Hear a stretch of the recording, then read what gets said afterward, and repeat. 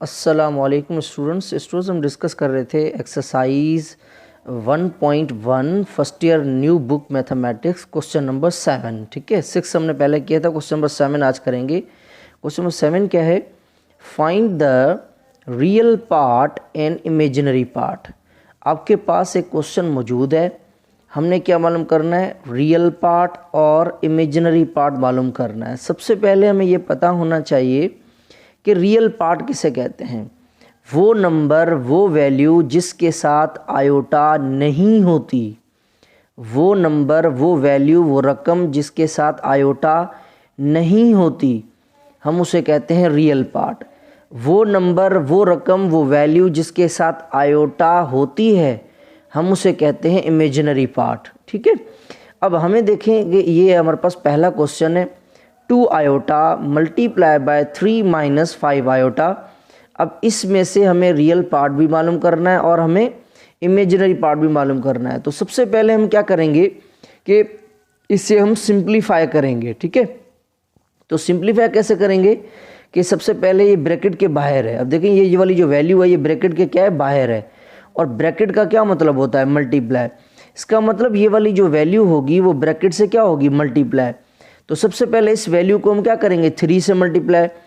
तो ये जो आयोटा है ये आपका आयोटा का आयोटा सेम। ठीक है, 2 को किससे मल्टीप्लाई करना है? 3 से। 2 3 जा 6 आ गया। ठीक है, आयोटा का आयोटा सेम, 2 को 3 से मल्टीप्लाई 6 आ गया। ठीक है, यहाँ डायरेक्ट भी ये भी कह सकते थे 2 आयोटा मल्टीप्लाई बाय 3 6 आयोटा। ठीक है, ये माइनस, ये आपकी माइनस सेम। अब 2 आयोटा को मल्टीप्लाई किससे करना है? 5 आयोटा से करना है, मगर उसके साथ माइनस से आगे। ठीक है, माइनस हमने रख दिया पहले ही। तो 2 आयोटा को 5 आयोटा से मल्टीप्लाई, नंबर को नंबर से मल्टीप्लाई, आयोटा को आयोटा से। तो 2 को 5 से करेंगे, 2 5 जा क्या आ जाएगा हमारे पास? 2 5 जा हमारे पास क्या आ जाएगा? 2 5 जा 10 आ जाएगा।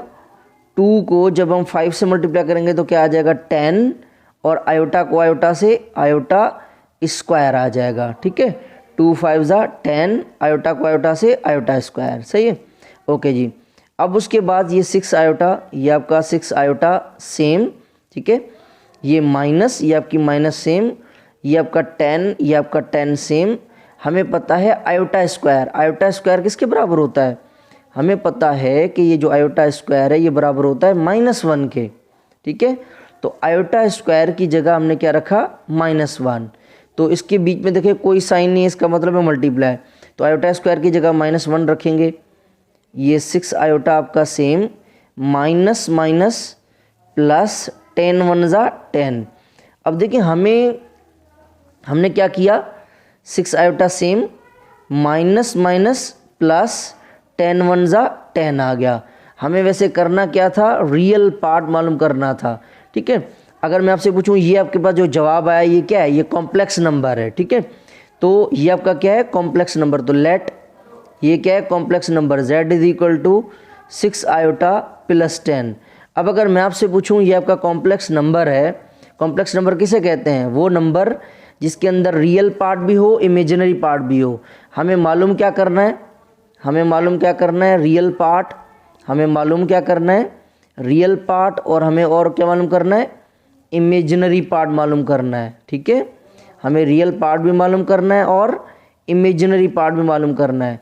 तो याद रखें स्टूडेंट्स कि रियल पार्ट के लिए निशानी क्या होगी? ये RE ऑफ Z। अब इसको पढ़ेंगे कैसे? Real part of complex number. Z किसकी साइन है?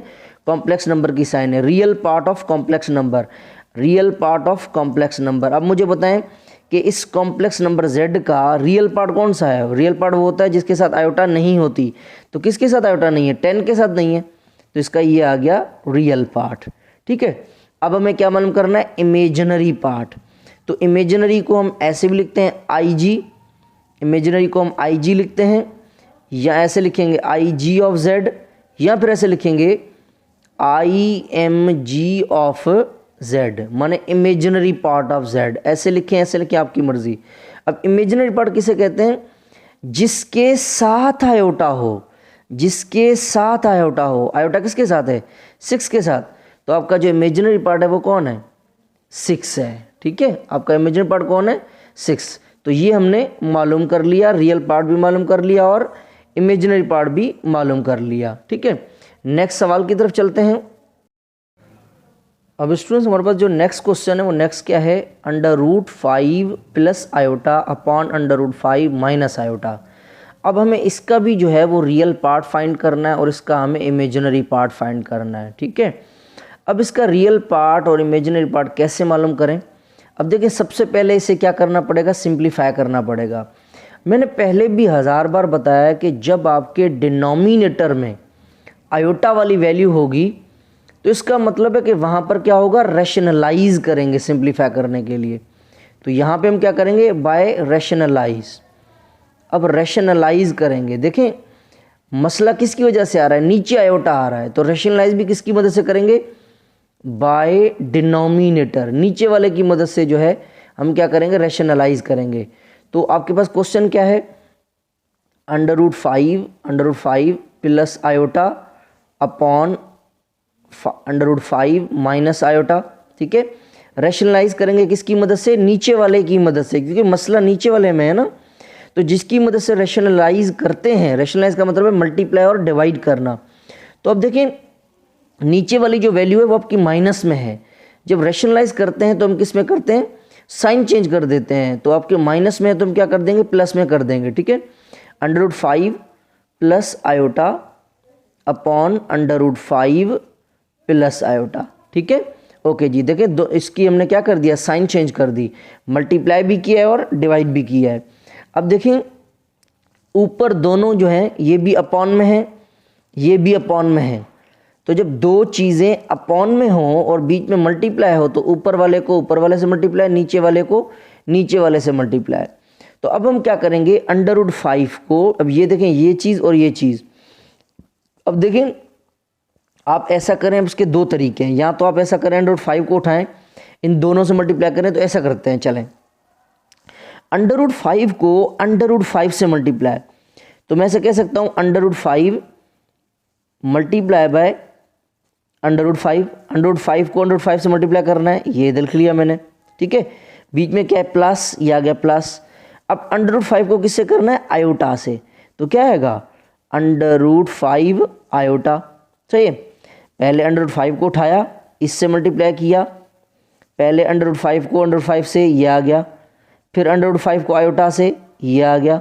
ठीक है, अब किसको करना है, आयोटा को। आयोटा को √5 से सेम आ जाएगा, सेम आ जाएगा √5 आयोटा। ठीक है, ओके जी। अब दोबारा क्या करना है, आयोटा को आयोटा से, तो आयोटा को आयोटा से करेंगे तो क्या आएगा, आयोटा स्क्वायर आ जाएगा। ठीक है, अपॉन, अब आप देखें इसकी जो नीचे वाली वैल्यूज़ हैं, देखें कि ये वैल्यू और ये वैल्यू सेम है, फ़र्क सिर्फ इतना है कि दोनों में साइन चेंज है।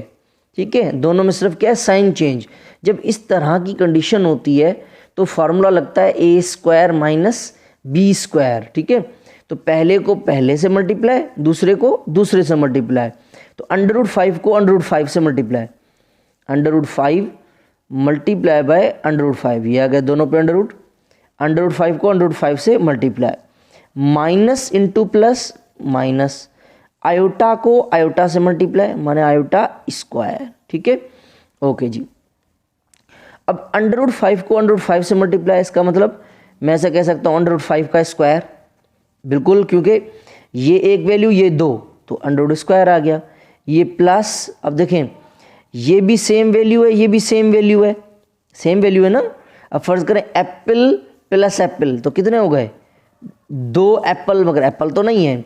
√5 आयोटा और √5 आयोटा, 2 √5 आयोटा। ठीक है, एक ये 2 ये हो गए, और उसके बाद आयोटा स्क्वायर। हमें पता है कि जो आयोटा स्क्वायर होता है वो किसके बराबर है, -1। तो आयोटा स्क्वायर की जगह हम क्या रखेंगे, -1, ये आ गया सेम। ठीक है, उसके बाद नीचे √5 को √5 से मल्टीप्लाई है, तो क्या आएगा, √5 का क्या कर देंगे, हम स्क्वायर कर देंगे।